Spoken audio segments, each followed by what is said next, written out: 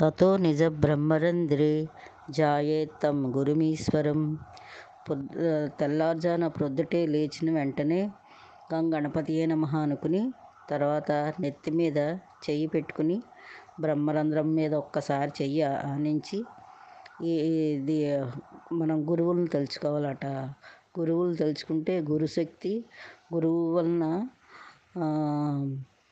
బ్రహ్మ విష్ణు మహేశ్వర శక్తి మన శరీరంలోకి బ్రహ్మరంధ్రం నుంచి వస్తాయట. అదే అర్థం దాని ఆ లైన్కి.